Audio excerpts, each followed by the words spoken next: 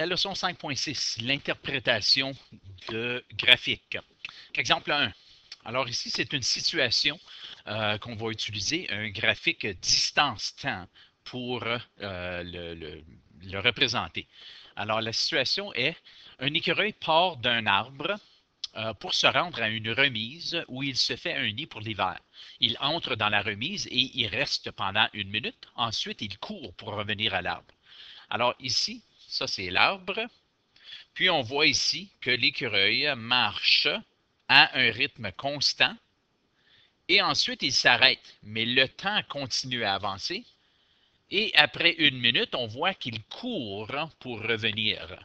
Alors, la meilleure façon de représenter ceci, c'est que ceci, c'est le temps que ça a pris pour qu'il revienne.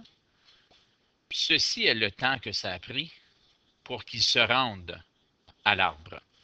Alors, on voit ici que ça lui a pris beaucoup plus de temps se rendre à l'arbre que ça l'a pris pour revenir. Alors, c'est la raison qu'on voit que l'inclination de cette droite est beaucoup plus que celle-ci. Alors, regardons maintenant le deuxième exemple. Exemple 2. Voici une coupe transversale d'une baignoire à jet propulsé. Tu dois remplir la baignoire d'eau, entrer dans la baignoire et rester pendant quelques minutes, sortir de la baignoire et ensuite la vider. Alors, on va représenter graphiquement le niveau d'eau.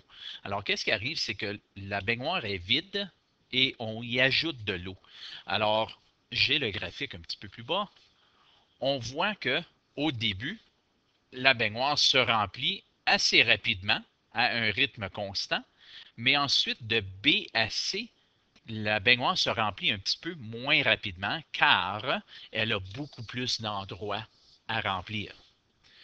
Le point C à D, c'est lorsque la personne entre dans la baignoire, puis mon graphique est un petit peu trop haut, là, ça devrait être, le niveau d'eau devrait seulement augmenter un peu. Alors, lorsque la personne entre dans la baignoire de C à D, et ensuite de D à E, le niveau d'eau est constant, il ne se déplace pas car la personne est dans la baignoire. De E à F, on voit que la personne sort de la baignoire. Et ensuite, de F à C, la baignoire est en train de se vider et on voit que le rythme est quand même constant, mais c'est plus lent que de G à H.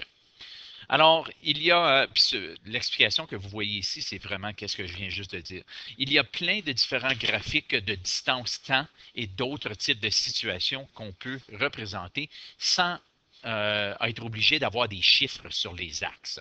Alors, aux pages 188, 189 et 190, il y a des problèmes à pratiquer semblables à celui-là.